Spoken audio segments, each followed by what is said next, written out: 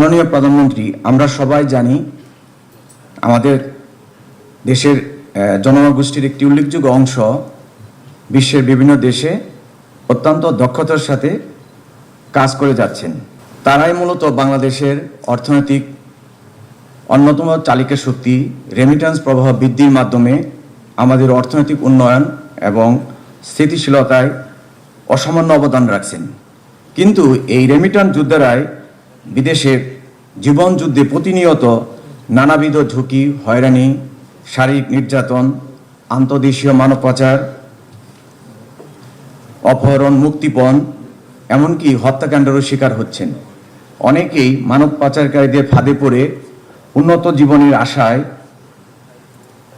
অবৈধ পথে ইউরোপগামী ভূমধ্যসাগরে পাড়ি দিতে গিয়ে প্রাণ হারাচ্ছেন। এই ধরনের আন্তর্দেশীয় ফৌজদারি অপরাধ মোকাবেলায় একমাত্র পুলিশ বাহিনীরই কার্যকর ও সমন্বিত পদক্ষেপ গ্রহণের অভিজ্ঞতা এবং সক্ষমতা রয়েছে। এই প্রেক্ষাপটে সৌদি আরব, সংযুক্ত আরব আমিরাত, কাতার, কুয়েত, লিবিয়া, ইতালি এবং মালয়েশিয়া এবং সিঙ্গাপুর সহ গুরুত্বপূর্ণ দেশসমূহে আমাদের বাংলাদেশের দূতাবাসে যদি আমরা পুলিশ লিয়াজো অফিসার বা লিগ্যাল অ্যাটাশে নিয়োগ করতে পারি, তাহলে এটি একটি কার্যকরী একটা উদ্যোগ হতে পারে এবং এই প্রবাসীদের জন্য সমস্যার সমাধান হতে পারে। যদি এই নিয়োগ দেওয়া যায়, তাহলে মানব পাচার প্রতিরোধে ওনারা কার্যকর পদক্ষেপ গ্রহণ করতে পারবেন। নির্যাতন, অপহরণ, মুক্তিপণ সংশ্লিষ্ট ভিকটিমদের উদ্ধার এবং আইনি সহায়তা নিশ্চিত করতে পারবেন।